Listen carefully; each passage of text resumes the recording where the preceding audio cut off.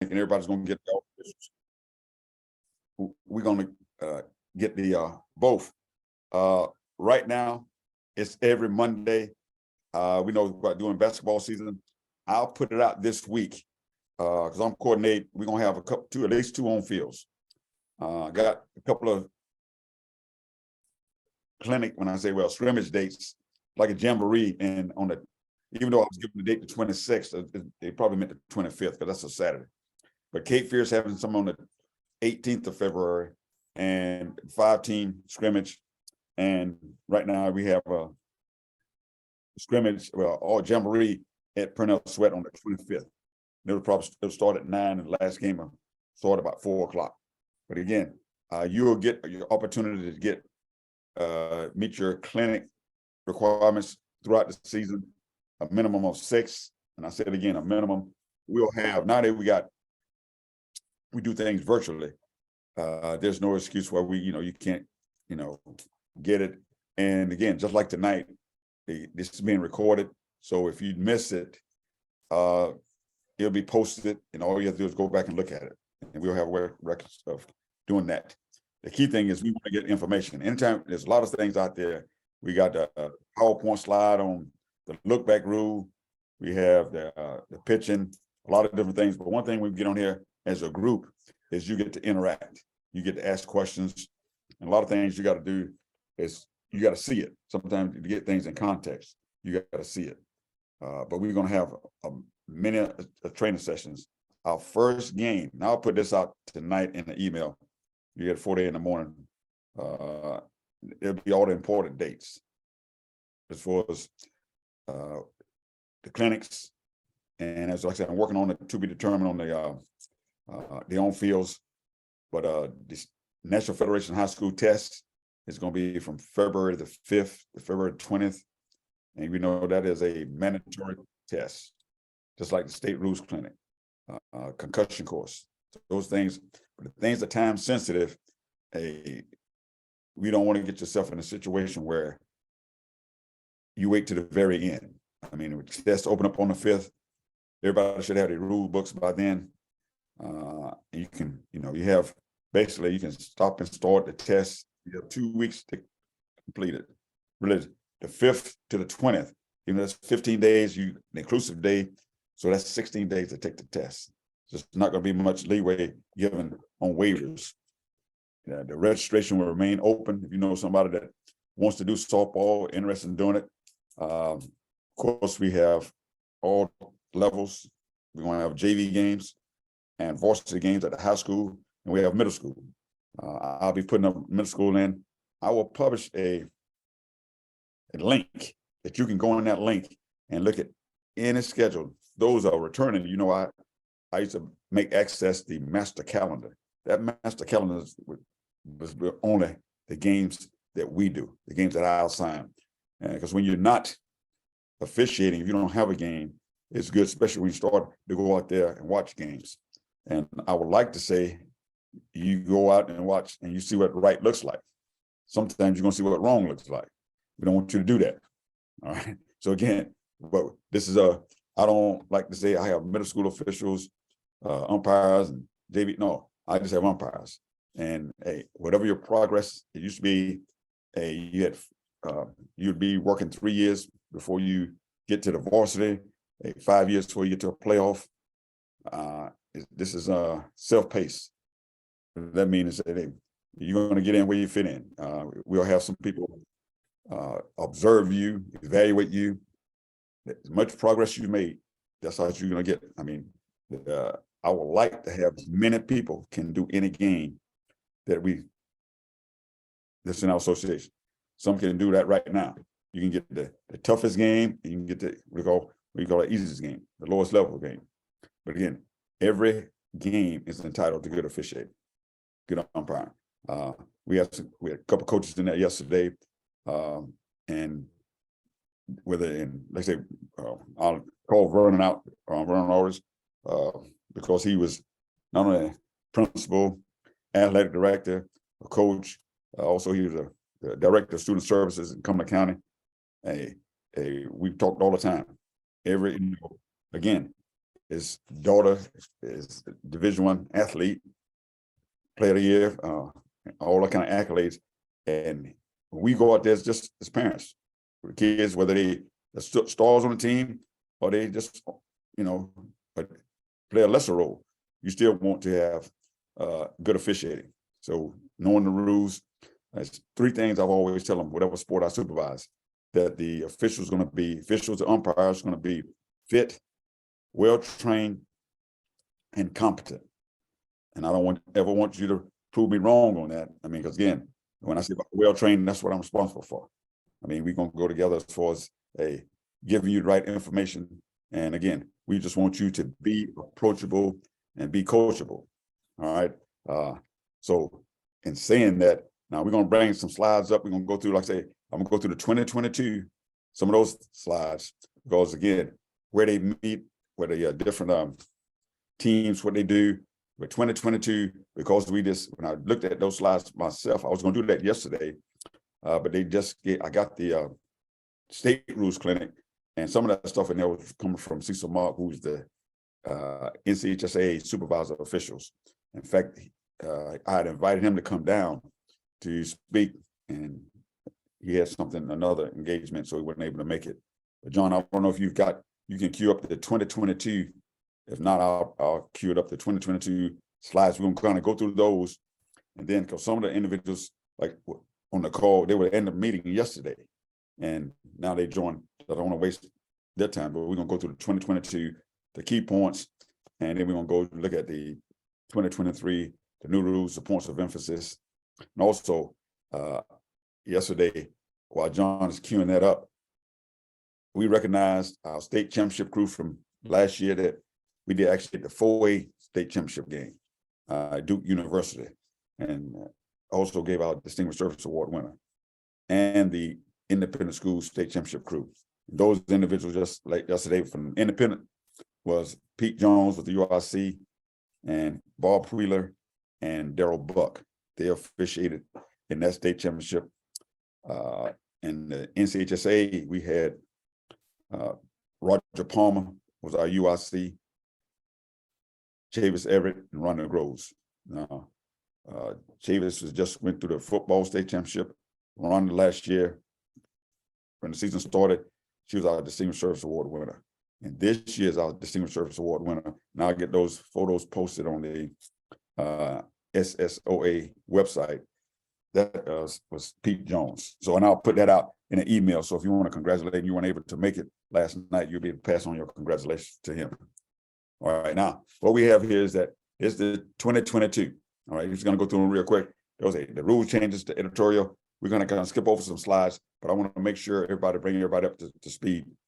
All right, keep going, John. All right, that's right there. This a lot of times they coming in here. This is from 2022. There used to read that bases may be designed to be disengaged from the anchor. Now, one thing, they come in that slide and that base pops up and they're standing right there. Hey, again, when all action does stop, if they're coming to second base and somebody going third and going in home, we don't kill the play. All right, but if that's the lead runner, we're gonna call time and go back and let the grounds crew. We don't do that. Let's not do that. A lot of times the umpires do that. Base come along, you go around and do that. If something happens, let the grounds crew, let the home team coach, somebody else come up there and make the adjustments there. All we're gonna do, that's the lead runner. If there's other action going on the field, hey, we're gonna let play continue. They might do a pop-up slide, they overthrow the ball. We're not just gonna stop just for that. Now, the second, a lot of times when we get out on the field, we'll see that, because we always do what ifs. That base goes off and the person pops up and they continue to run.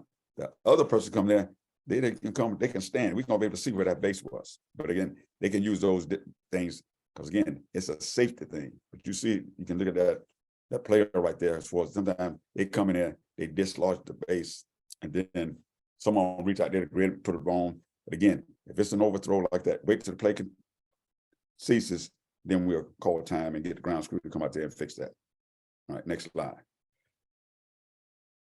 All right, that's just some softballs, some rules, and you look at that, you see that was briefed that again yesterday, January 1, 2025, high school competition, but different ball manufacturers. When we go out there and we do our own field, we'll have some softballs out there where you'll see what actual softball that we use, and they got to have the authenticating, NFHSA mark on it. Uniforms. That's why I wanted to make sure we got this again, because in the softball, it's not a women's game, it's baseball. But in softball, this is the play equipment, and we'll go over that in detail as we go there, because what we don't want to do, we want to uniformly and consistently enforce this across the board. Okay, but you see plastic vases and bandanas, you see that's where that red line is through. All right, those are still prohibited. You see what that was say? Language prohibiting hard items to control the hair, such as beads, that's been removed. Some of those who've been around know a lot of that started right here in the state of North Carolina. In fact, it went on national news about an umpire that, hey, he was doing the right thing. He enforced the rule correctly. But what I do, I would tell you, and some of the sports that I do, you're going to find out there are three things when you're making calls. You can make an incorrect call, a correct call, or a quality call. And again, now with this, you see the beads, he was within, we don't officiate the rule book, but we officiate the game. But this now, all those things, you can have some hard items that control the hair control devices, beads. Before they used to be prohibited. Now the items, and we'll have it's good to have some officials, umpires, that daughters that play softball currently or formerly. Like I say, now I'll be asking, we got coaches can kind of tell us, hey, so when we go out on scrimmages, I would like that they'll bring over some of their players that wear those things, so we kind of know, look, this is prohibited, hey, this is allowable, this is permissible. So we'll do that when we get there. But I want to make sure, hey, on the left, plastic vases, bandanas are still prohibited.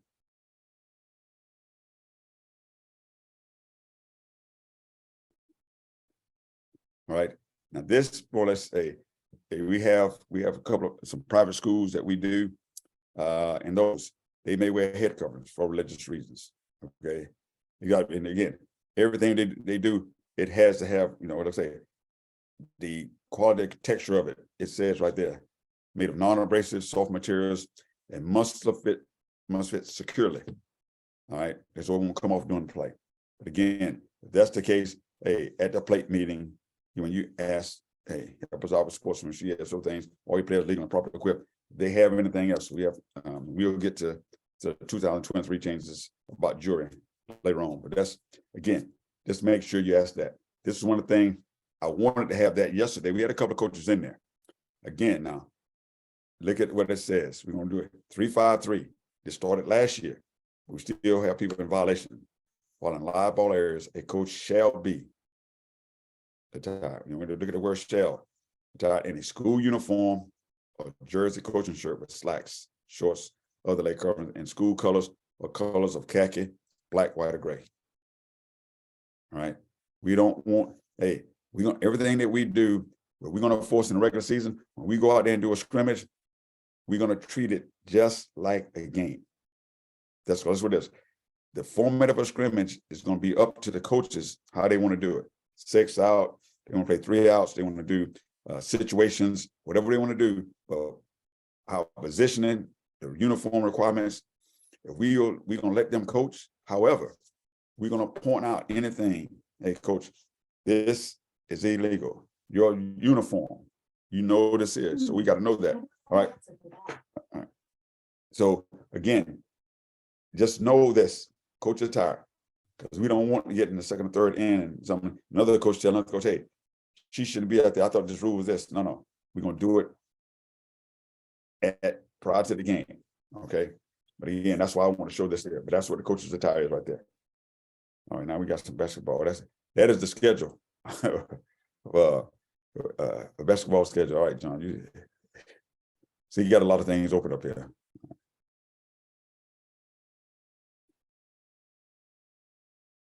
All right, here we go. Here. Bench and field conduct, that's the penalty.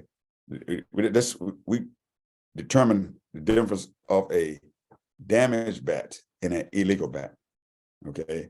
What's the penalty? The batter shall be called out. We'll go through specific things about that. But that's what he's doing. Like normally we had them do prior to the game.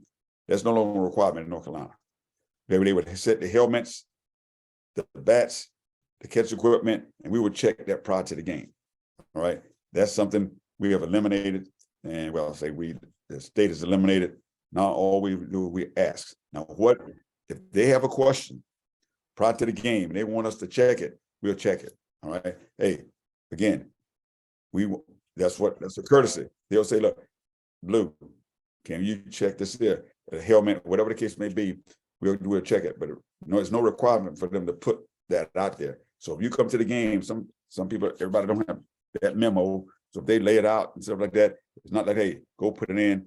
Hey, it's no longer a requirement for the umpire to check it prior to the game. We asked at the plate meeting, pre-game conference, all your players, all your equipment in coordination in compliance with National Federation High School. The only answer we're going to accept is yes. Not a think so, should be, the answer is yes. All right, but if they have something they want us to check, we'll go check it. Infractions about a pitcher, we'll go through that.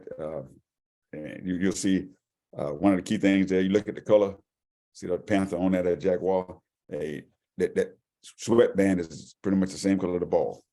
Pitchers are prohibited from wearing anything on the pitching hand, wrist, or arm, or thighs, all right, which the umpire judges to be distracting to the batter. Sometimes, hey, we let them, we try not to break the rhythm and stuff like that, but anytime the person complains, the batter in there, sometimes the coach do that. They do that, it's a gamemanship. Sometimes they put their batting glove in their back pocket or something like that. Sometimes we'll some game management things as far as in between innings. We try not to embarrass anyone. Stop, hey, you're gonna go out there, put that glove. Again, we're gonna use things, we're gonna treat them like we want to be treated. Okay. But again, hey, when you catch it early, you see them warming up and doing the pregame, stuff like that, preventive officiating. All right. But again, that's what they got there. They want to eliminate the distracting stuff. The damaged bat rule, like I said, that was new for last year. That just it adds it's going to identify the batter entering the batter's box with a damaged bat previously removed from the game is out. Because it's a difference, like I say, in a damaged bat and an illegal bat. Sometimes that it becomes damaged during the course of the at bat during the game. But we'll go over the difference there, and we'll have a couple of them. That 826, that's about the running lane. Now, when you go to the field, we look at the field markings. When we go out there we'll cover it both on Zoom, probably our next clinic, about just the field, how it should be marked in the running lane. You notice that a runner considered outside the running lane if either foot last contacted the ground completely outside the lane. If you touch a line, right, we have first and third base foul lines. The ball is on that line. We call it a foul line, but it's a fair line. Okay. But and the key thing is that is foot last contact with the ground. Sometimes their foot is coming down on first base. And that's because that's where most of the thing is. That's the only place we really got a line, that running lane. That line, other than that, Randy again, and we will get out there. I don't want to steal his thunder because I remember doing this here when he showed that to me one time we were doing a game, and a lot of times they connect that line.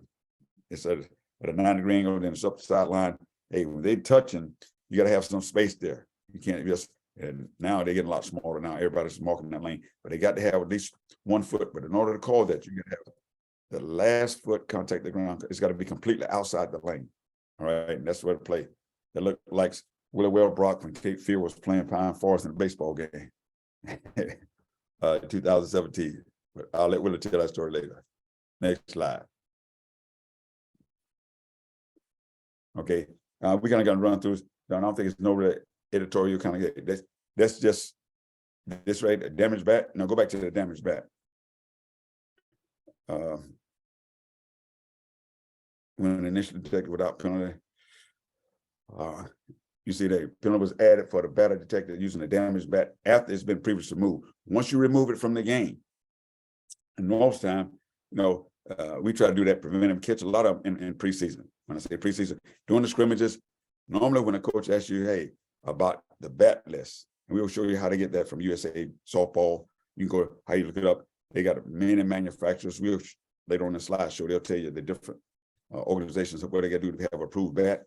If they asked about it, they already know. I mean, but normally we'll have that, but we don't.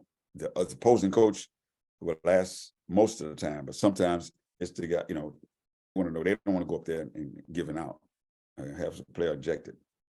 But that's it. That's just a picture of it. You can see it there clearly. But again, once you move it out, it's not like in Little League or Dixie softball, any kind of those travel leagues where you take it and put it behind the press box. Hey, this is high school baseball. They just take high school softball. They put it in the dugout. They can't bring it back out.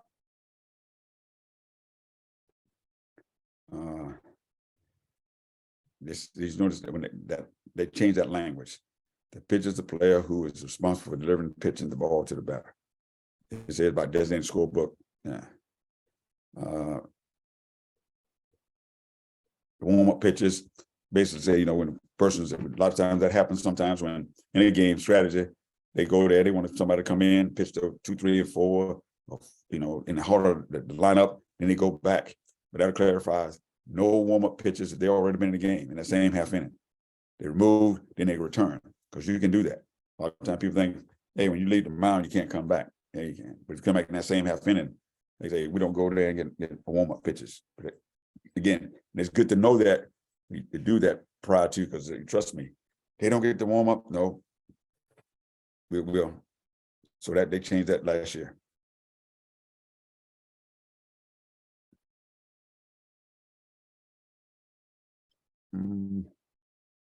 By state adoption, here's the thing here.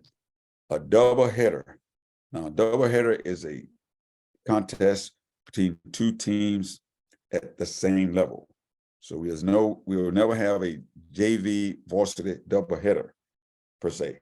There's a JV and a varsity game. We use the term loosely. You'll probably it'll be on the test. All right. But it's the same team. The number of innings for one or both games of a double header may be, but a double header, what they're referring to is 2 games between the same teams at the same level. But also in North Carolina, you could play like Grace Creek did last year. They played Pinecrest one game and McMichael the second game. So for them, it was a double header. You know what I'm saying? And it's 2 different teams.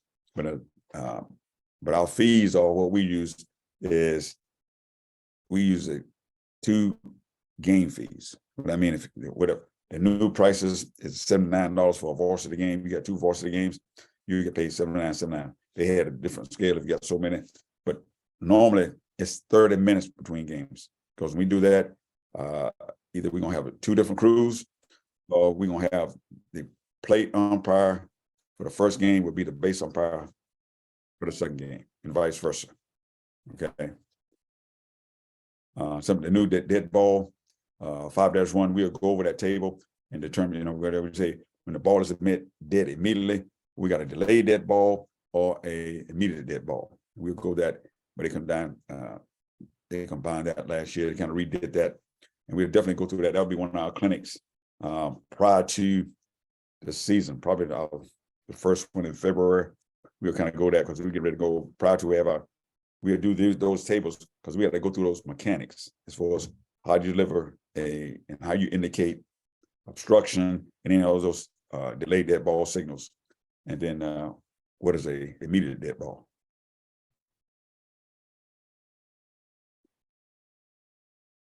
All right, they got this here and there. A lot of this, you got some switch hitters and different things, but it tells you right now. A lot of times, one of our points of emphasis we'll get to for this year is the timing between innings. And a lot of times we got the batter stepping out of the box, and they're concerned about the flow of the game and everything else. So again, it tells right there, a batter may not step out of the batter's box when the pitcher is in contact with the pitcher's plate. I mean, they're ready to play. Again, what we try and, a lot of times, when we don't, there's gamesmanship sometime between the batter and the pitcher on defense, as far as the coaches, they authorize. We'll talk about conferences and different things they can do. And hey, when they say conferences, that's both offensive conference and on defense. Okay, but when the pitchers on the pitchers plate, the better not step out of the box. If they do, we'll go back on what the penalties are. All right. Some of the just points of emphasis, that's from last year, from 2022. That's one of the things right there. That's key right there. When they come off the field, I mean, they coming in. Now, the inning, if it's every half inning, when the third out is made, it's 1 minute between innings, all right, half innings, okay? What I mean by that, once that third out is made, if it's deep to center field, left field, whatever it is, that's when the next inning, that's when the clock starts, all right? But the team coming off, a lot of times we hustle the team out to the field again, but at least we want what? The pitcher and the catcher, all right? But this kind of talks about where they can huddle. It's 8 o'clock. The key thing is that, hey, should be in a safe location when the other team is warming up on the field. A lot of times those areas, they're throwing the ball to first base and all that. The worst thing to do, and if I think we've been around the game long enough to those of us where they warming up and the ball comes and that first base dugout and somebody standing over there, not looking out, paying attention, they huddle over there, and the ball hits the player. Because remember, they're coming off the field, they don't have helmets, and we want to keep them safe. But again, make sure they don't huddle up where they're throwing the ball around. All right. You see a couple of things that does not place them in areas where overthrows are likely to happen.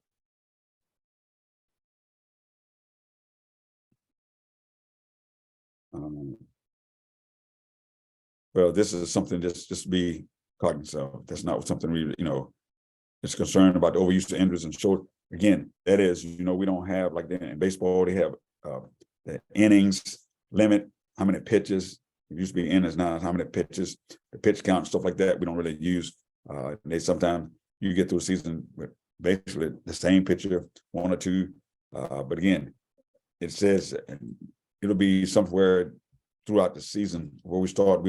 I'll share some information that they share with me as region supervisor about injuries and whether it comes softball players, baseball, and they got a available injury data does not warrant the information of pitching limitations. There is none in softball. Okay, but just be cognizant of that. But we don't coach players. Right? We don't coach. Hey, your arm hurt. Hey, coach. She says that. No, we don't do that. We're gonna do. Hey, the game works so much better when we umpire. The players play, coaches coach, and then spectators cheer. Okay, so again. They ask for timeout for certain things. You think but again, just leave that alone. All right. But again, just be cognizant of that. They say it is a concern, but we don't have it. Like I say, there is no pitching limitations in softball.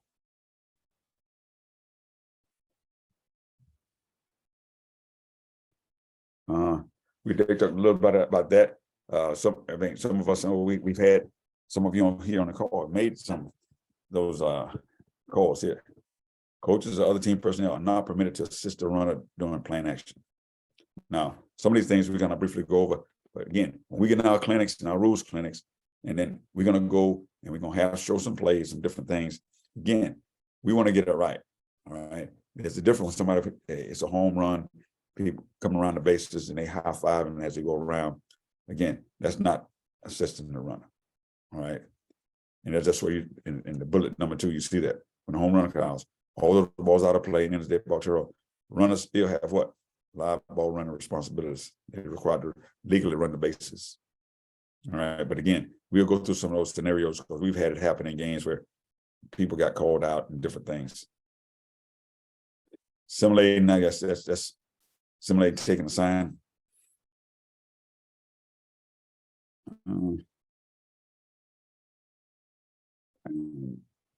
Some of that, I think that's just the educational piece. No, John, now again, as you go through those, now, when you get your books, and Will and I was talking about that project, when you get your books, at some point, everybody get registered, they're going to turn on everybody's application. And when I say that, under National Federation of High School, where you can have it on your phone or any kind of mobile device. All you do is you complete all your registration, but don't they have a date? They don't just do it one at a time. They kind of turn on for all the whole sports season. That'll probably be sometime later in the month, probably when the test right before it comes out on the 5th. And I'll get that from the state office. And when they do that, you have access to just pull it up on your mobile app, and you can go just like with rule book. All right. Again, we don't take rule books out on the field, and hopefully the coaches understand that too. We don't get into that on the field, but that access, when you register for a sport, again, you have both the case book and the rule book be at your disposal to do that. And it's a good device. It's good to have because you can kind of look it up, broke down in chapters. Because again, hey, whether it's base running, live ball, dead ball, pitching definitions, field, equipment, all those things. Again, sometimes we just get the rule book and start flipping through the pages, flip through that. When you're on that mobile app, it'll tell you, you go to that chapter, and it'll tell you, and it's base running. Running is out when they got all the different things. I mean, we'll go through how would I like for you to look at as far as running the definitions. So we want you to talk in softball terms and use that proper, when they call it nomenclature, that softball jargon is easier to get some credibility, and also people can understand, what you're saying versus just in positions they are, the running lane versus the base path and all that different things. So again, we'll get into that in the next day. We're going to tell you how to use the case book, because the case book, that's what is in there for plays that are normally happen, but they some of them are very odd, and they give you a lot of different scenarios.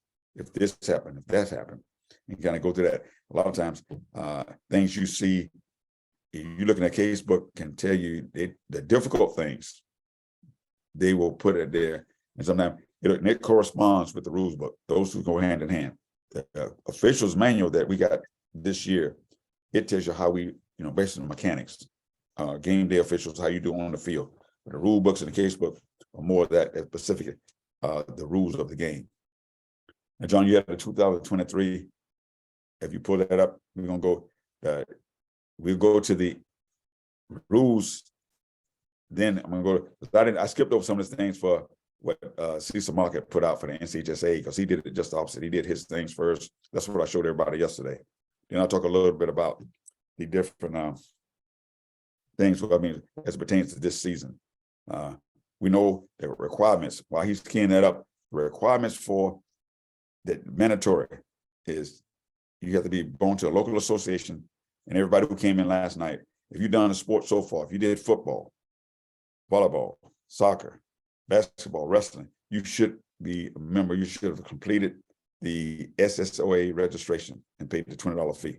That $20 fee is good from July 1st of 2022 to June the 30th of 2023. It goes from 1 July to 30 June of next year. Okay. And that allows you the opportunity to officiate any and all the sports you want to within the SSOA. All right. And now, only thing additional you'll pay is a sport fee for that particular sport and an insurance fee. That's you do that when you register for Dragonfly. All right. And when you do that, those two things, you got NCHSA registration, SSOA registration, then you have a background check that you have to submit to. Again, everyone gets a background check. All right. And that background check, if your background check, if they flag it for any reason, normally the supervisor official called me, asked me, do I know everything? It could be a glitch. Could be something happened a long time ago. But again, not just in today's climate, that's just the right thing to do as far as they doing that. And it's important.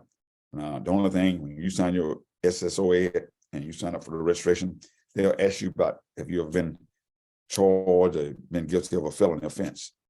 Sometimes we've had people who go back and get it expunged and do different things. But again, we're looking out for the safety, and it's also that's for you and that's for the state and anybody else. When we have people that have committed those felony offense, they don't allow you to officiate high school sports.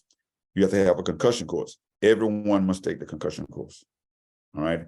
And famously, we saw the young man have a attack on a cardiac arrest on national TV when the Buffalo Bills playing the Cincinnati Bengals, not just this past weekend in Buffalo, but when they was playing in Cincinnati in the regular season. It was week 16. Again, that's everyone must, because again, when something happens on the field, we're not medical doc, we're not medics and different things like that, but you have to have a concussion, know that to protect the those players. You know, they got that helmet on, but it is sometimes, hey, you see people stagger, go take a knee, fall down with different things, or take a hard hit, ball bounces, and they're on defense. So we have to have that concussion course. You need 6 local clinics. Like I say, that's a minimum. 6 local clinics you have to attend throughout the season. There are 3 scrimmage requirements. Each scrimmage session is 2 hours. You may go to a scrimmage that only lasts an hour and a half. It's a 2-hour session. And those jamborees and those other scrimmages that we have, I like to have concurrent training. I mean, when you're not on the field, when you're not out there, normally got somebody observing the one process on the field, but when that's standing around, hey, it may get a little cold, as it always does, and when we start a softball season. Again, we just don't stand around. So we'll be somehow have some concurrent training, and that group over there watching what they do, you know, where should it stand? Hey, coming in on that. If this person goes out, this is what the person does. So we're going to use some concurrent training doing our scrimmages, but everybody is required to work 3. Now, I'll list those out and I'll tell you when they are. And look, you can go out. I mean, it's the difference in working a scrimmage and attending a scrimmage, because some people just stand around. You were there. You don't really get much out of that. Okay, so I expect you to work when you go to those scrimmages. The National Federation High School Test, it's a 50-question test. Normally, this is the first day this year they went to it. It used to be a 100-question test. But regardless, you have to make 75 or higher in order to officiate high school sports. High school is junior varsity. All right, I don't think I have any softball teams that had a 9th grade. But if they don't officiate junior varsity, you make a 75 or higher. In order to qualify to do the postseason play, not just the conference tournament, postseason, I mean the NCHSA playoffs, you must score 80 or higher. Okay, that's so again, our goal we normally set is 90. It's an open book. You can call your friend, you got all those lifelines, call out. There's no reason why you shouldn't be able to score at least 90 if you show any kind of effort. You got 2 weeks to take it. So again, and there'll be some things that we'll have a review prior to the test closing. Probably a few, for some of you, when we get, of course, there's going to be tests going out, not necessarily the answers, but we'll go over the test. Because sometimes the way they word it and stuff like that, and because some things we do, they have state adoptions they can do, and we got a rules interpretation as far as, hey, this is how we rule on that. Sometimes there's questions they throw out, but we'll tackle the difficult ones, and we will actually review the test before it closes. So there's no reason why someone shouldn't take the test and or pass the test with more than a qualifying score of 80 or higher. Our goal is 90 or higher. Now we'll go to rules changes. This is 2023, the one we went over somewhere yesterday. We're gonna go through that. Now, if we're gonna go to the first part, and then I'll go over because again, many of you were there on yesterday.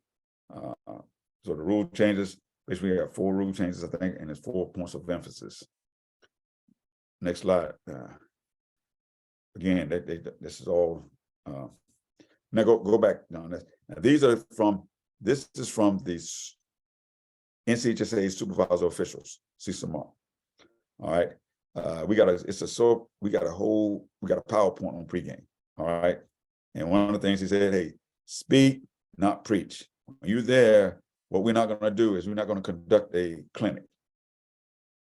It's like 5 minutes before the game, we'll ask legal and properly equipped, help us out with sportsmanship, all your equipment is in conjunction, compliance with the National Federation. We'll get the lineup cards. We'll go through the ground rules, ask what they're doing prior to the game, the lineups, national anthem, whatever the case may be. They'll take us to that. That shouldn't take more than 5 or 6 minutes max. You got a couple of questions. We'll tell them that, and we're going to have a time where everybody get a chance to do the pregame. We'll have actually some people come out, send up, all right, these two, we're gonna stand around and listen to it. You cover that, and then you're gonna have the opportunity during the season. Normally that's done by the only person really doing the talking at that particular time is the UIC, which is the home plate umpire. It doesn't matter if you own the home plate umpire, but again, first few times someone's new, hey, you let you do your part, and then trust me, they're not gonna hang you out there. Hey, they'll come over and say some different things about courtesy runners and all that. Hey, we talk about the DP, the flex, we tell you how to do that. Okay. But again, we're not gonna have a clinic. We're gonna have that. But we talked about some other things. One of the things we haven't had to emphasize with in every game, no matter what, football, basketball, so hey, we want the list, the game day administrator. We do it in the book for basketball. The referee does it in football. They write down the game day administrator on their game card. We're gonna do the same thing in our lineup card. We should always have the game day administrator. Okay. Those other things that you notice in bold, at the last bullet there, it says, we do not engage with fans. Good or bad. A great call, Blue. You don't need to acknowledge it. Hey, trust me, just like you get that great call and everybody wants this adoration and praise. Now it's gonna come back to you now during the game. So again, we don't engage with the fans. A lot of times that's where we lose a lot of time in between the innings. You got back against the fence, talking to people. We know some of it's close proximity. The balls sometimes go there, and you get back there and get into the conversation. But again, let's not do that. There's no reason to engage with the fans. Next slide. Time to focus, and that's just throughout the fall and winter sports. There've been a lot of times at NCAA a fans game, and again, you just got done. That's one of the things where leave that to the when someone being unruly, being saying things. Look, that's when we're gonna get the game day administrator. Hopefully, we can do it very discreetly. You can make it through the half inning. Maybe we hear them at every ball field. There's always somebody vote. Someone always got commentary. But again, sometimes, some people learn to have fun with it and stuff like that. Again, look, I wouldn't say heckling. I guess some people think it's part of it, but it's been such a part of a game, something we have tolerated. It's not going to go away in a short period of time. In North Carolina, I think we're doing a great job of acknowledging that when we get down to sportsmanship and other things. And some of our ADs do an excellent job at that. I mean, again, when you start the game, go over there and make it, then it becomes something like difficult. Sometimes all it does is just now you're going to turn the volume up. But as they say, focus on professionalism in the game. I mean, really, they're talking about what's happening between the white lines. And hopefully we create a culture here we have, it's going that way, that everybody is getting better. All right. That's what I would like to do. Have a culture where everybody's trying to improve, because you're not staying the same. You either get better or you're getting worse. And hopefully you focus on improving and being positive. You see that about leaving your resume and ego in the car. Again, those come, and that's when you work with somebody. There's probably going to be that first few times. They're going to ask you how long you've been doing it. This, I've been to this game. But again, that's going to come. Again, I really don't do resumes. I mean, everybody going to get an opportunity to work, and hopefully you're going to get challenged. I believe in challenging people, not just being comfortable doing games that I know you can do. The key is get better. The only way you get better is you get tougher games in situations. We don't want you to avoid coaches, because these coaches like to say, well, guess what? That's going to make you better. You learn how to do that conflict management. Anybody can do the game when people don't say anything. Hey, those are what I call easy games. Sometimes those non-competitive games that don't really make you better. All right, good. You work on your mechanics. The last thing I say that let's focus on hustling and being in position. And the thing about hustling is, hey, you get one time. I try not to send people to the same place a lot. We talk about the raise. We don't feel bad. We try to keep people close proximity. We got gas prices and all those things. But again, I try to move people around. And sometimes you're going to see the same team, not necessarily at their home location. You might see them on the road, but you get one time to make a first impression. And we want that impression to be good, that, hey, I want people to think that, hey, these umpires today, they working hard for you. You may not get all the calls right or to your liking. You may not always agree, but guess what? They can look at you and how you move on the field, that you're working hard for them. Next slide.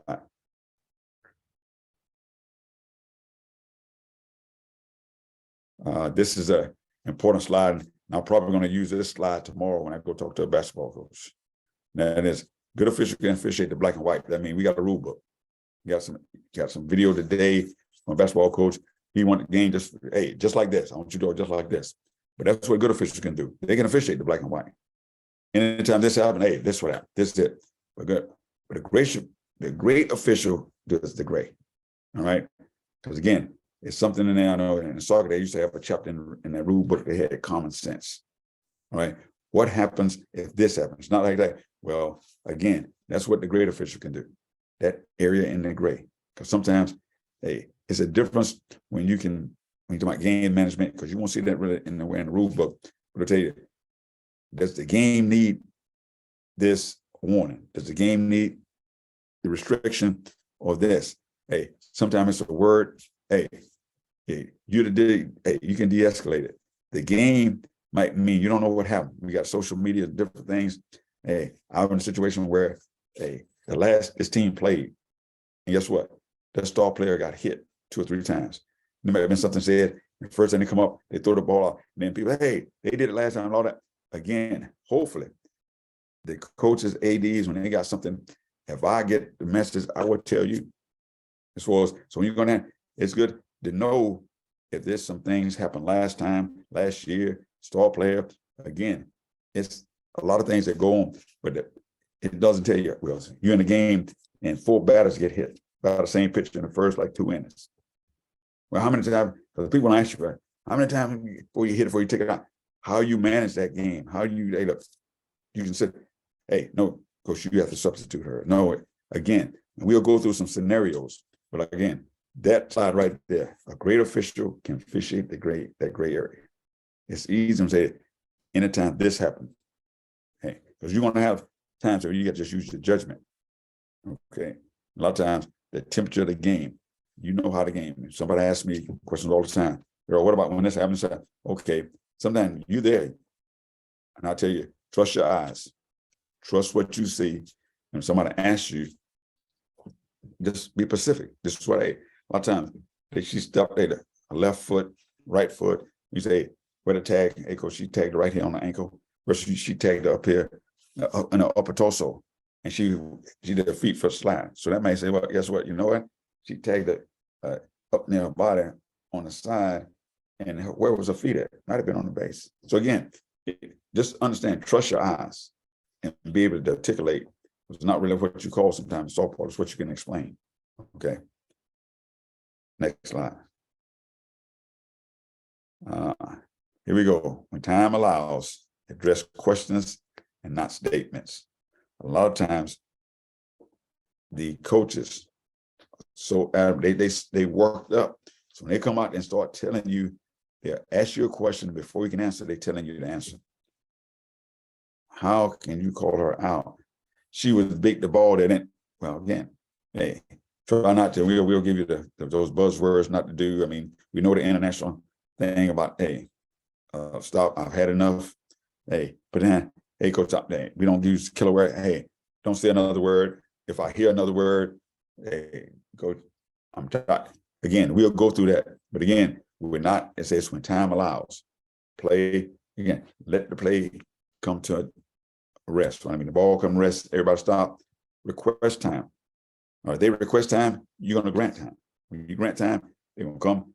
We started that a few years ago. Where it came out to, this is in softball, 60-foot bases. They come out to 30-foot, right and a half. Talk to the home plate umpire. You can understand if he needs to go out, she need to come out and talk to you. If they want to walk you out there and say, okay, but again, we're not going to get in there and you're there. Here's what you call. Here's what you saw. This what, hey, and then we're gonna get back to playing softball.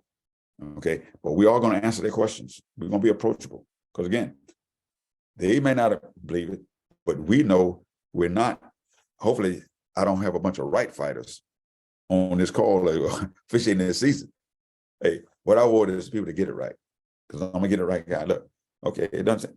It's not this person overruling someone else. And, hey, if you see something, if you know something that I didn't. You got a part of piece of that puzzle that I don't have. Of you got a better angle or something. We want you to get it right, especially when. But again, the coaches will ask and everything else. But again, when time allows, address the questions, not statements. And you know the difference between a statement and a comment. Because always ask, Coach, what are your questions? Because they'll start playing the music. If they all because they come to watch softball. They ain't come to watch us back and forth with coaches, and they'll be saying throw them out. Again, and let's say that's the fun part of the game, though. That's part of the game. Some coaches gonna every close play expect one or both coaches. I say that because if you go out there and once you start talking to your partner, if you got a safe call and you got to talking, the guy on offense want to know, hey, look, let's go. Because you're not out there to say, okay, yeah, you got the same thing. Most of the time they ask the question, they want what?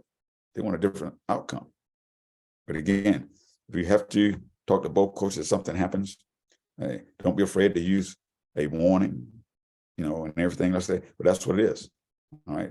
But it's not, but you get upset now and start to, hey, look, because that's when things started, okay, a lot of times we don't do that. We wait till we get too far. Now we're upset. We start doing it. But you'll see the different things. Short-term crisis problems, long-term. We'll get more details when we can, like I say, we make the deeper dive and stuff. But again, we want to keep the game moving. All right. Because when the ball's in play and people get back to what they're doing. When the ball is dead and people just, all right, we went around. That's when you hear everything. Next slide. All right, here we go. A lot of guys, I mean, they think I had some effect on that. And I'm a big time about looking apart. I mean, you go out there, hey, shirts tucked in, uniforms pressed, it's clean, it fits properly. Hey, hat's clean. Hey, yeah, I mean, you when you look like you belong on the field, you just appear to be athletic, in a good position, you're hustling. Again, that goes out to the players as well, and then people watch that. Hey, I guess some of the comments you get, I mean, just like they're getting up for the game, hopefully you do the same thing. The first thing is about being fit. Like I said, that's one thing I tell. Basketball, football, softball, those are sports that I supervise. Hey, the person is going to be fit to do their job. Remember, they fit. I'm not running a marathon, running a half marathon. It's not, hey, this person here got so much body fat. No, they're fit to do the job. There's physical demands for every position. Whatever your private job is, you have to sit, stand, stoop, lift, whatever. Every job has some physical demands. And I want you to be fit to do the job that you're out there. If you're on the bases, you got to be able to move. Get out the way, get in a position to make the call. All right. Dress the part, be professionals, know the rules, and know how to apply the rules. Know how to communicate. When I say communicate, I mean communicate effectively. Not that they're being a drill sergeant, state trooper, the warden out there, like you're running a prison. Hey, stay out of the crowds, speak with coaches, game excitement, and SRO. Hey, and just like I say, you're going to treat them like you expect to be treated. I always tell them we're going to treat them two ways, with dignity and respect. All right. And for the last thing then in bold, not inform coaches on how many games. Hey, we don't get in there. We remove a player from the game, remove a coach from the game. Someone comes up, they ejected. Again, all the ejections so far this year in 2022-23 have been for one game. If they're fighting, it's going to be 2 games. It's going to be 4 games. One, all the different sports. When they're out there, all we just say, they out for our game. Get the troublemaker out of the game, and then we're going to just continue. That's up for the state. Have your athletic director call the regional supervisor. And they say, again, you describe the activity, we're going to get back, and first people get back to doing what they was doing. Don't worry about that. I think it's 1 game. I think it's 2 games. Don't even get into that. Next slide. Errol. Yes, sir. If I may, if by any chance you have a double header where it's two varsity teams playing each other back to back, Right.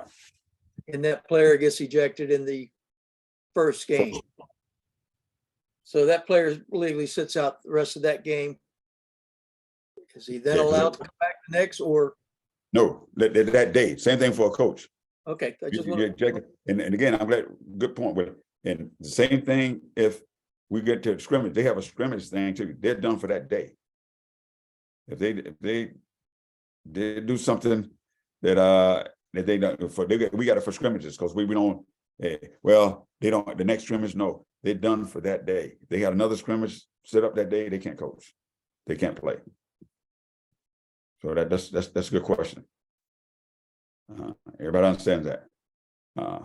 We're not gonna, again, this is high school sports. I mean, that's come up a lot in some of the other things that were different things. They always come up in scrimmages, but they come up in there but they done for that day. I mean, and because anytime they get removed from the game, especially when they have to take a course, they have to take, if it's a coach, it's role modeling and behavior they got to take, and then also the sportsmanship for the players. So we're not going to allow that, and then that happens. I mean, again, hopefully, and you use the thing, we want to warn, restrict, eject. I mean, that's, hey, we want to, like I say, again, and that's not what we're out there for. A lot of times people think like, yeah, no, we take no pride in removing the coach from the game. The players, the players are more in control when the coach is in control. It's gonna be some time. How do you handle conflict when you disagree with someone? That's what I mean. So, hey, since I've been a supervisor, I've been where an official has misapplied a rule, had an impact on the game. But again, that's okay. I mean, but again, it's about being accountable. We're gonna own that. We're gonna own it. Not some of the time, not most of the time, all the time. But again, that doesn't get okay. Again, we don't go off the deep end when they make a bad play, and the coach come out and do something. We have tools in our toolbox to say, okay, coach. I mean, don't take it personal. The guy, he's fighting for his team. He or she trying to get them motivated. They do that. But again, it get to where, again, we don't raise our temperature. We want to be there to kind of de-escalate it. Coach, I understand. They might be, sometimes in a situation where, look, coach, I understand you don't like my strike zone. You don't like the game I'm calling. I don't think anybody been on, I mean, for the new to the game, has ever been a situation where I haven't seen in any sport, we replace the official. Once the game starts, guess what? They're gonna finish unless you physically unable to finish. I mean, no, a lot of times you don't have to tell, hey, coach, I'm gonna be here to the end. Do you want to be here? I mean, a lot of things you can say, but I don't think that's not fit in. But you're gonna be there. So again, we want them. I mean, the game's always better for me when the coach is coaching the game, when they're there. Versus when they're not. So again, as long as they can agree, agree or disagree. Coming to coach, we get, hey, here's you asked me, coach, did I explain it? Now we're gonna go back to playing softball. I mean, we don't want to ignore them. We don't want to be condescending. And then we'll go with some of the comments. We'll get in specifics what I don't want you to do. I mean, again, it's nothing good comes out of when you try to be condescending. And some people, I mean, we know you might get what? But I told him, that's the third time I told him, okay, and there's no reason to be disrespectful. Okay, but when they eject it, they're done for that day. They won't come back. Right? They got to do certain things to come back. So again, when you have that, I mean, we can talk about where we was in the regionals for the baseball. I got to walk across the plate, and we're about, hey, the coach was getting ready to basically step in my way, like, hey, I'm trying to go somewhere. Hey, coach, you don't want to do that. Because we had another game. We were getting ready to play game 3 to go to the state championship. And like I say, he was standing there. Anthony Mann, he's on the call, was there also, was on that crew. I'm like, hey, coach, what's your question? Next question, guess what? Hey, we know it's an emotional game for them, but for us, we're trying to get it right. And that's what my goal is. You ought to get it right. I had to work the plate on game 3. Yeah, that's why Anthony was worried about it. Hey man, come on. Hey. Anthony, you loved it. What are you talking about? Yeah. But again, but Anthony, like again, when it hot, hey, I mean it's again, but again, it worked and we had no issues. But again, when the game is tight, hey, they're playing. They playing for something. Every time we go out there, they're playing for something. I mean, don't ever think like, hey, okay, well, no, they're playing for something. Again, but again, any other question on the ejection? All right, let me get back here. Let me step away for just a second here, John. I got.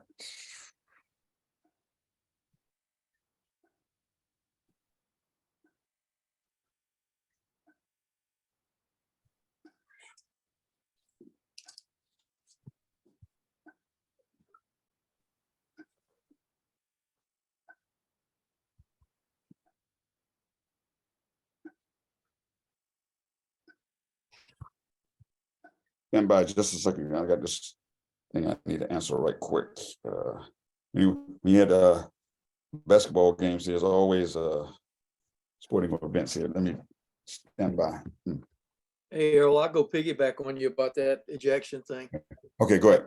Like the game I had a couple of years ago where the coach got upset on a obstruction call, came out, knows that he's not supposed to cross the line onto the field of play.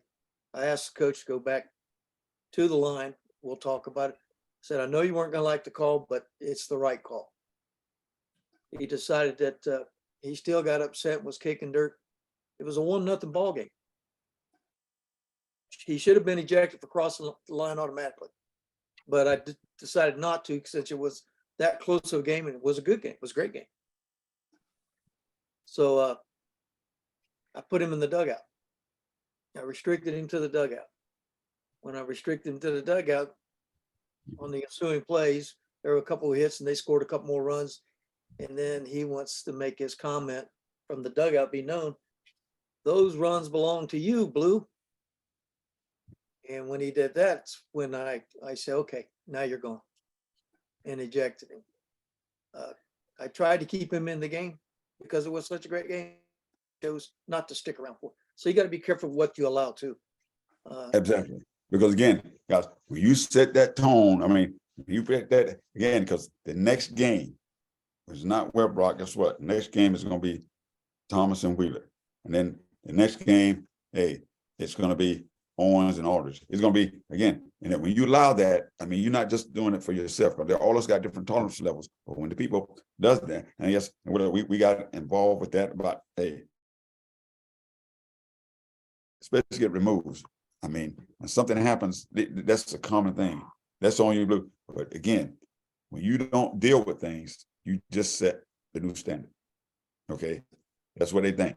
Okay, you can say this, and well, then they tell me, hey, well, this person in this feeling. All I said was this. Well, again, and just on that particular evening, that person got a warning.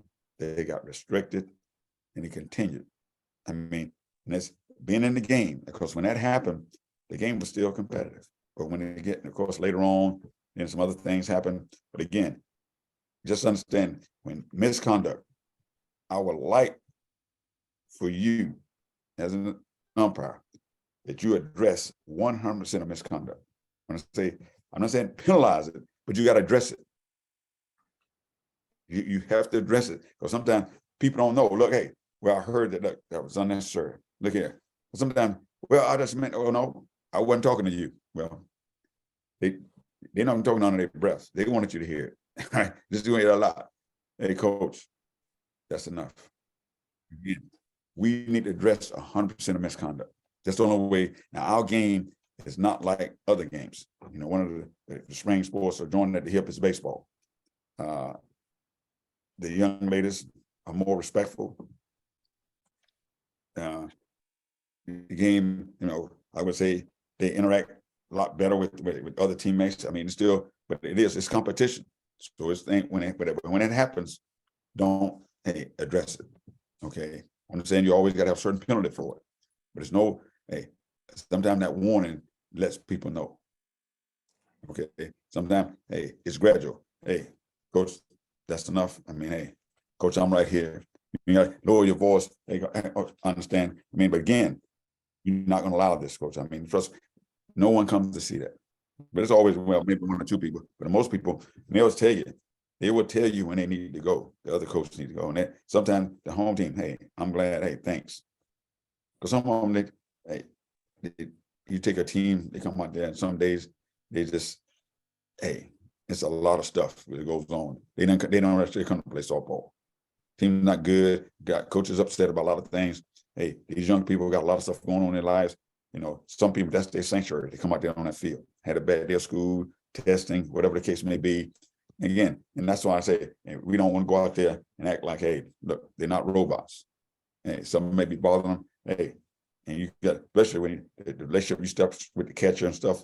Hey, and they might say there's nothing wrong with, hey, the same thing for you. Sometimes you want that, you call that pitch, you wish you had another look at it. Yeah. Sometimes, and let them, sometimes it's human. I mean, like I say, it's a beautiful game. All right. And like I say, and you want to enjoy it, but aspects of it, when people start getting, not to say out of line, but doing things that, hey, that's like at schools, principals, teachers, they don't want to give you a bad grade. Hey, they're there to teach you. They want you to succeed. But at the same time, hey, when we got to make some decisions. You got to have some courage to do some things. Hey, again, that's the fun part of the game. So, all right, John, I mean, these phone calls in the basketball. Now, the rule changes, we're going to go through them real quick. It's 7:30, 8:40. You got the gloves and the mitts. We'll go there and say we'll take a deeper dive in these here later on, but you'll see that just like the wristband, anything on the wrist, thighs or arms, the ball, but usually now they can be more than one color. All right. We got interference there. Key thing on that, fair ball. Going to see a slide later. Offensive player interferes with defensive player, attempting to field the ball. A batted ball while the ball is over fair territory. We know that's one of the elements of an infield fly. That's one of the elements of an infield fly. Ball must be fair. All right. Next slide. I'll let him in. There we have jury. There you go. Yes, we're going to really see that. I mean, I'm going to defer to some of the daughters that play now. As again, I say Vernon Aldridge, not in his previous positions that he's worked, but his daughter on a college team, Division I team now. You know, we see it on TV all the time with all the jury and all the different things. But we'll see, again, it's no longer prohibited. But what? We will go over the rule. 186 is still in effect. So that was just to talk about using electronic devices. Vernon shared something yesterday because when he was the student director's activities, better known as county AD, his daughter went out a lot of tournaments and different things at different levels, and also in high school. They went out different places and be getting interpretation. Now, the interpretations we get should be consistent. North Carolina High School Athletic Association. But some of these rules here, these slides are from the National Federation. So if they play a team in Georgia and Alabama, Tennessee, Virginia, any place, right, it should be the same thing. That's what I want here. When I should get the same type of officiating in South Columbus I do as in Richmond, Clinton, and Scotland. If you go out there, we should be consistent in how we apply the rules. But we're gonna take a deeper dive there. But the jury thing is something I think is going to be good for the game.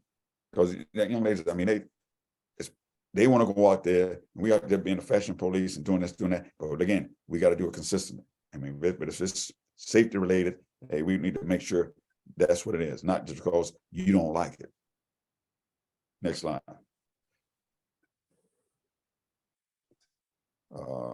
It's about the electronic devices, and the coaches look at the difference. Now we shouldn't even, the one on the left, now we shouldn't even worry about play pick 8, because that person's what? In the dugout. All right.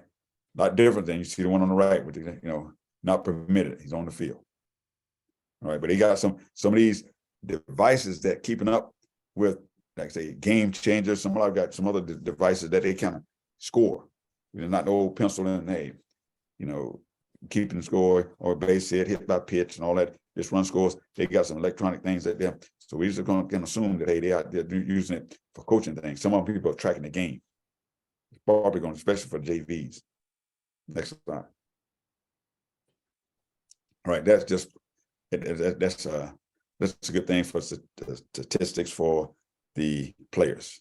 That's all they say. A lot of times it's basically from the home run. You know, it scores 3-2, bases loaded. They walk the bases loaded, got 2 out. They face a certain batter hits the ball over the fence. And they normally just say, look, okay, in the run 3-2, now it's run. When 4 get it, they don't count, but now they're gonna count all the runs. This is more of a scorekeeping thing than anything else. Next slide. That's where the better runners out. You see where that is. It finds what comes the better runner interference. All the fielders attempting to field the ball up over what fair up, basically they're fielding the ball and also over foul territory. Because again, on the infield fly, the ball that wouldn't be an infield fly because that's what a foul ball. Ball has to be fair to be that. But that clarifies that better runner interference.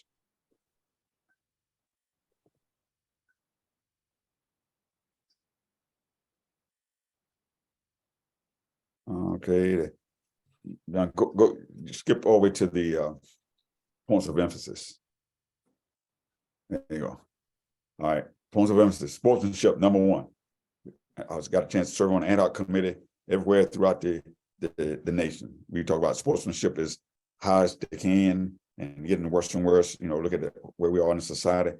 Almost every day you can Google something about, you know, something referee abuse, mistreatment, and there's something out there. All right. Again, we can't do that, but we can do our part. Just be part of the solution instead of part of the problem. How we deal with the players, the coaches. Like I say, we're gonna let the administrators. But again, we got to get this here. You know, you're gonna give the respect that you expect in return. All right. So that's going to be an ongoing thing. I mean, I think we do pretty good with our athletic directors that, you know, if you point out an issue to them, they deal with it. But we want them be a little bit more proactive. So a lot of times they hear it just like we do. It's amazing how somebody sit right there. Oh, who said it?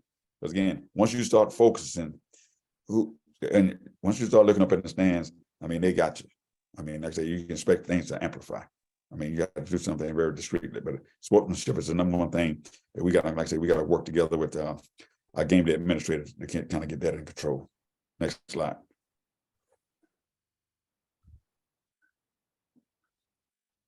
So you see that there's collaborative working relationship between contest officials, game day administration, and we both going to do that. All right.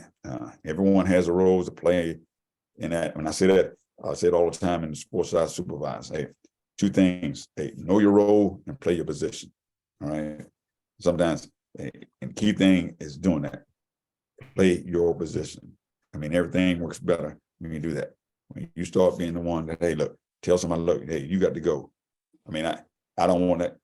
Hey, you can tell the athletic director, hey, here's an issue. Look, and you can tell them that in a discreet way. Go back, brush the plate, let them handle the business. Go out, talk to the partner. Okay, look, whatever the case may be, get time thing confused, go back in play versus go over there, you know, like point at them, look, like they got to get out. I mean, again, that doesn't do anything for the contest. Next slide.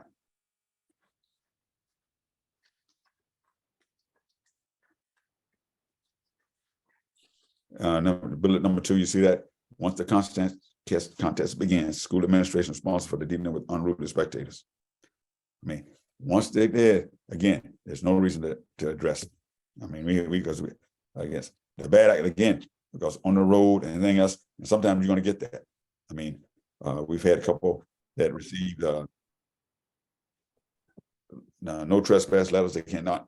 No events, but that's kind of drastic. I mean, they got to work hard to get that. But again, they may have had a bad day. I mean, everything is going on. But again, one of the things about the escort, it's only 3 sports I think they have to provide an escort for, but our SROs and game day administrators do a good job, kind of take us to the vehicle, escort us there. I mean, again, we're there to do a job. I mean, I want people, like I say, I really do. I want people to think, look, if I ask them something, I said, did you feel that they were working hard for you? Yeah, well, they was hustling. They was missing plays. Okay, hey, all right, I got to, because they're going to disagree with that. But again, if we can just kind of do that, because in our sport, is when they in between innings, the game they administer not like in basketball, like in football, you can go on the sideline, talk to a coach, they got radios and different things like that. We don't do that. Normally it's hollering from the fence and everybody hears that person. But again, and hopefully we'll go over and at one of the AD meetings, we kind of know where the game the administrator is, so we can kind of communicate. Look, the person's over there and bleachers on the left, bleachers on the right. The gentleman in a red shirt, this hat, or whatever the case may be. This is a lot of times they don't have to leave. Once that game, the administrator goes over there, some of them stand with them. Now I prefer them to do that. We just don't want them to, hey, they can cheer. I mean, we don't want them necessarily to leave sometimes. But again, profanity is one of those things where this is zero tolerance. But again, if the game day administrators stand over there and they can calm it down, hey, it's team to play. Next slide. It's the same thing. Good sports with humility. Hey, lose with grace and do both with dignity. And you can see what's going on there to the right. Got time, and hey, this is not a good. It's not a good optic. Next slide. All right, here we go. Time between innings.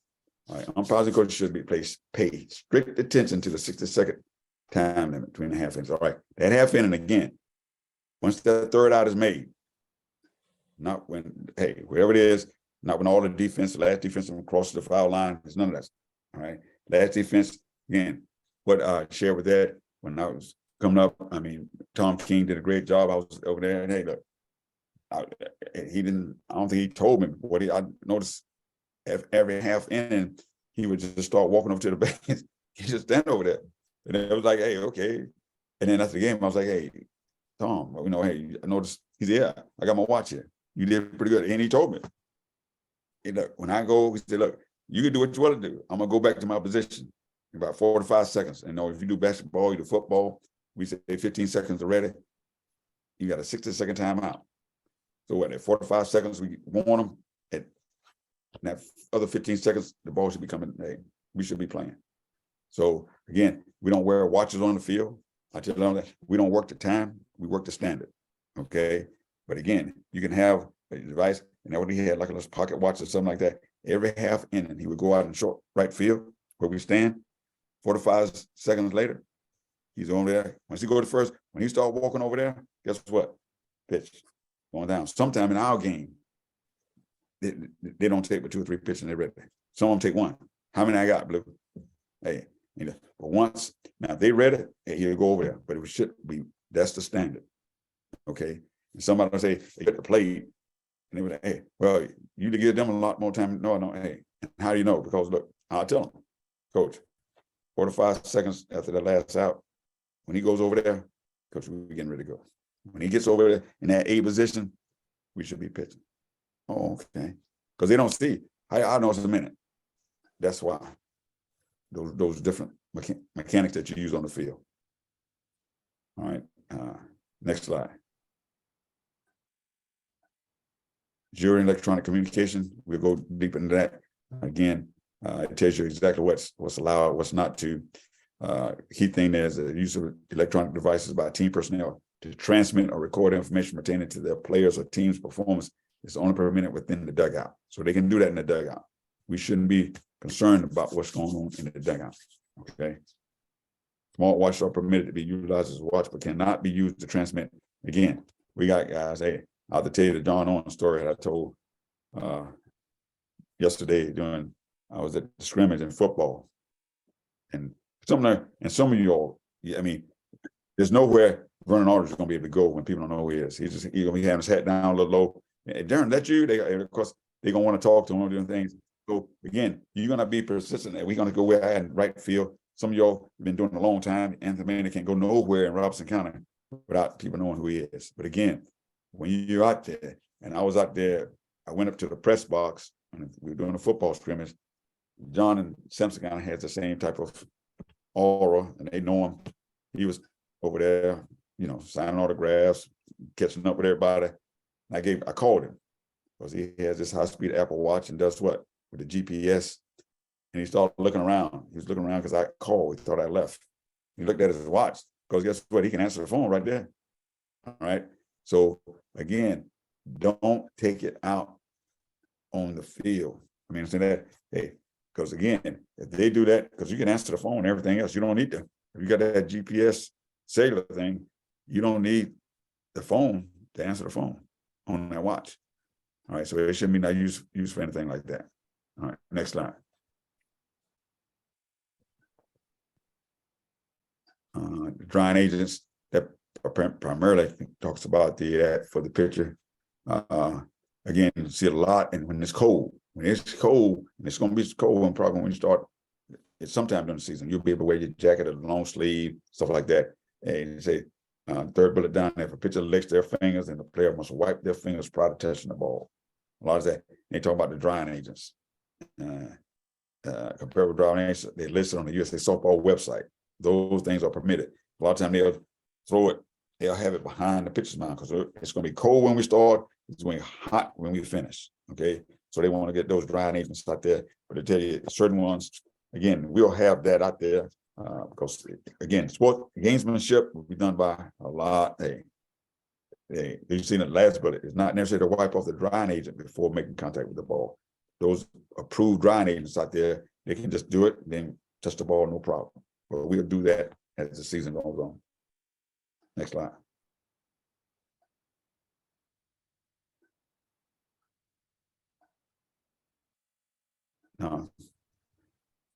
Subject to your questions. I mean, we're gonna go over two things. Hey, John, you go through the slides and bring it, get out of that. Hey, there's two. We had a 10% raise in our game fees. We have two fees. The game fee for a varsity game is $79. Non-varsity is $68. 79 and 68. Okay. Now we get to the playoffs. It's a set. I think everybody got the same 88. I'll put those out. And we'll have that. All schools that I'll sign, we use Dragonfly. I don't have the Arbiter. All right. Do not have the Arbiter right now. So all your assignments come on Dragonfly. All our schools will pay either on Dragonfly or they will give you a check on site. All right. There are 15 schools or 14 schools that I will pay for. And I say 14. I got this in basketball. I got 14. We don't have that many because the Cornerstone, some schools, O'Neill don't have a softball team, Faith Academy. So I'll list, when we get all the schedules in, I'll list the schools so you'll know, hey, who's paying that particular game. Like I say, it's only 2 game fees. But I send you to do a JV game and the varsity shows up, you just call me and I'll make the change. All right. But again, they now have game reminders. We didn't have that when the fall started, even when we had the winter sports, but they just started that. When you get your game assignment, you'll see what level, who's your partner, and also it'll have the game fee in there. Okay. Schools that I pay for, hey, I'll adjust that to make it. We'll go through what to do on a postponed game, suspended game, all those things. What we do in North Carolina for meet the criteria for a suspended game. We will go through that. Our first game the season will start on the 27th of February. That's for NCHSAA schools. I'll give you those dates as we get closer. Within the next week, I'll publish. When I see information, read it. Just read through it. Again, it's going to be a lot of information. Everybody's busy. Someone say, hey, you do this. Everybody's busy. All right. If you sign up for softball, I take it that you want to work. In my game, all the games in regular season. Now, some that play on, coaches might ask for 3-person. We got the Roberts County Slugfest. They'd have a championship game. Grape Creek played a couple games last year. And hey, if it's a 1 versus 2, got 2 teams in the top 10, and a coach asks for 3 officials, hey, I'm gonna give them 3 officials. All right, it's their game. All right, that's nobody works for free. The only game we're gonna have free is for scrimmages. I expect, if you knew, I expect you to work every chance you can get. All right. One thing I didn't address yesterday, and someone said the website I know I sent it to Vernon Aldridge, a few other people. I put it out for everybody that LB officials, some people couldn't get it. I'm going to send that out again. And I talked to the individual there. If we could do a bulk order, we don't have to pay as much posting. I get someone to help. If we got a bulk order, if there's people want some things there, whether somebody goes up there, he sends it all to one location, we pass it out. We got enough time now. But I'm gonna put that, if you can get any supplier, whether it's purchase officials, Smith's, Honix, that LB officials, whatever you want to do. But if you got a lot of you want to get together, I'll put several out there. I mean, some of them I'm not in. It doesn't matter to me as long as I want your stuff to fit. When you order a pair of pants, the waist it's going to come unhemmed. All right, so you don't go out there and you got a 34 waist, 36. Hey, the inseam is probably going to be just the same. All right, but again, you got to get it hemmed and look like an official. All right, because their appearance means something. I mean, again, we're going to go out and when we have our second on field, maybe not our first, but when we go to our second on field, we're going to come out in our uniform. It's 9 o'clock. Our hat will be either it's going to be sterile, which means we're going to have just a basic hat with nothing on it. It won't be DYB, it won't be Little League, USA, whatever the case may be. Perfect game. It'll be that. It'll be blank, like I said, be sterile, or it'll be the NCHSAA. All right. But when you're there, hey, you're gonna wear the same. When I say that, we're both out there. Same thing with the shirt. We wear powder blue and we wear navy. They got a new shirt that's coming out. We'll show all that. I'll show that if those two individuals on that field want to wear a new shirt, they just got to match. Okay, we don't want somebody in powder and somebody in navy. The default uniform is the navy. But right now, as softball officials, softball is good to say, look, because we got people that do both. So again, if we decide, look, we want the default uniform to be the powder blue, I wanted that's going to be you, because you're on the field. The majority here, again, just like the new shirt. When we go to the conference tournament or something special, it'll be good. Hey, it has a professional look. But we're gonna wear. You can wear the heather gray pants, the chocolate gray pants. It doesn't matter. I mean, I will.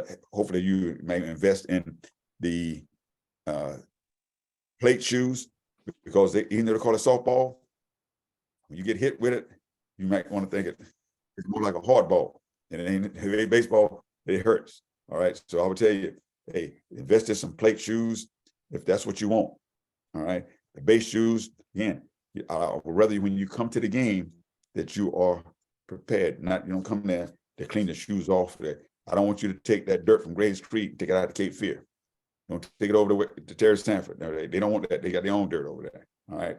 Again, we'll show you what softball, the jackets, whether you got the one with the powder or you got the red, we'll go through all that. Again, we want, there's no reason to go out there and like I say, we say just like long sleeve. If you're at the plate, you don't have to be in the same uniform as pertains to the color of the shirt. If you're on the plate, you got your equipment on there, you're gonna work in the little harder, you got some insulation there. There's no reason a person on the base and the short sleeve over there freezing. All right. So again, we'll tell you what goes, what doesn't go. I really don't like when you got a short sleeve shirt on and you got sleeves out underneath it. Okay. I want you to have a long sleeve shirt. I want you to have a jacket on. It just looks more professional. All right. It's not, it's a difference in recreation and what we do. All right. And it's a difference and what the expectation. This is high school baseball, high school baseball, high school softball. A lot of you doing both. The booking fee, I would put the booking fee out. But I wanted to work with baseball for those that did both, like they used to do when we had one assigner. You'd sign up for both, they would give you a discount. Even though the fees go up, I will not go up. In fact, I'm going down. I mean, many of you work more than one sport. Okay. And we got right now 60 people came yesterday, I think paid and registered. We got another 49 right now. I think we should have everybody who registered completes this thing. We'll have right now as of today, we'll probably have 109 officials, just softball.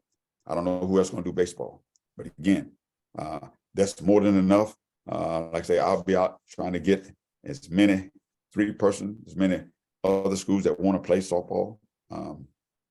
One thing about outdoor sport is we got lights. And we don't lack of lights, so we can't do like in basketball late inside. So some games gonna start 4 o'clock when they have 2 games, the JV varsity, those kind of combinations.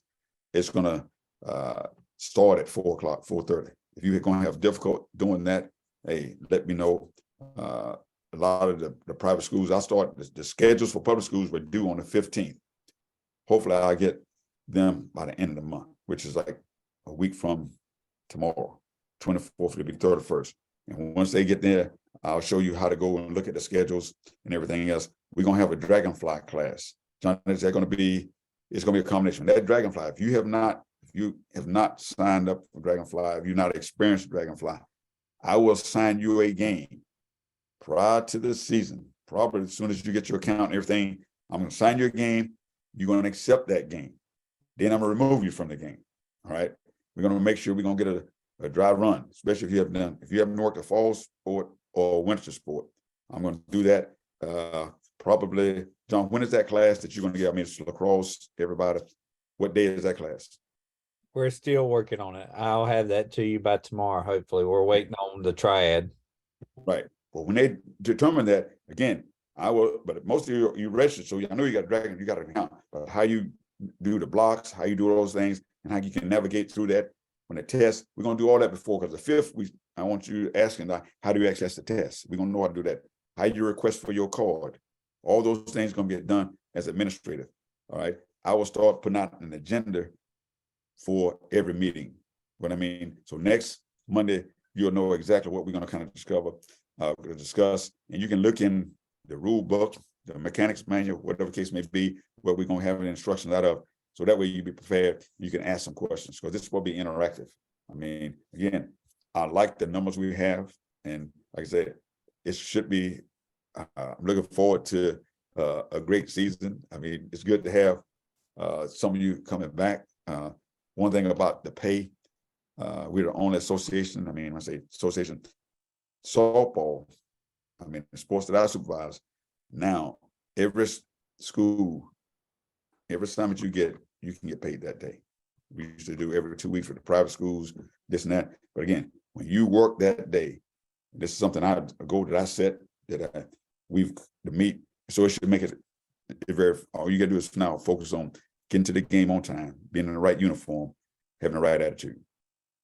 Okay, hey, you don't have to worry about, chasing money. You don't worry about this, that. Again, let's get all the administrative stuff done. I mean, most of our sport officials, you're already registered. All you got to do is say, hey, give me my games. Let me get all this preseason stuff out of the way, and then let's get to it. So, subject to your questions.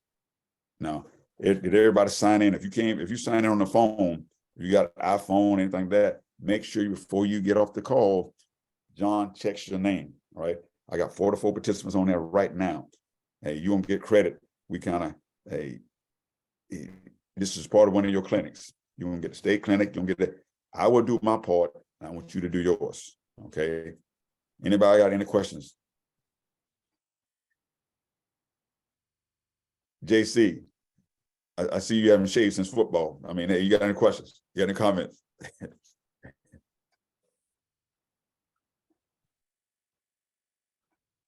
Anybody? Yeah, Harold, it's good to be here. I just had to figure out how to turn my speaker on. Hey, this is Roger Palmer. Now, Roger, hey, I'm gonna post those pictures. Now, I say Roger, Rhonda, and Chavis, our state championship officials. It was a great honor to have Roger come over at Westover High School on the day of the championship on the 22nd of December. Him and his family, got there and they participated, and then him being awarded the state championship plaque. 20 years. Roger was the UIC for the state championship crew. Again, they were the same thing. His whole family came up there and watched him. Him, Rhonda, and Chavis, they went to 3 games. Everybody did a plate game. A great, official, not only umpire, but ambassador for our particular sport. So Roger, I'm glad you came on the call tonight. Again, it was an honor watching him the last 2 years, because he did the regional championship 2 years ago in 21, and then he did the state championship this past year. So thanks, Roger, for joining the call tonight. I appreciate it. I just have a comment, Earl. Yes, sir. Yeah. I noticed last night Roscoe Graham had a Cowboys background. Oh man, I was hoping you could do that. Tonight he don't have anything, so I was just No, curious. no. about that. I know, but Anthony, when he first came on the fall, he did. I did. Hey, Roscoe, see, I was gonna do that to you, Roscoe.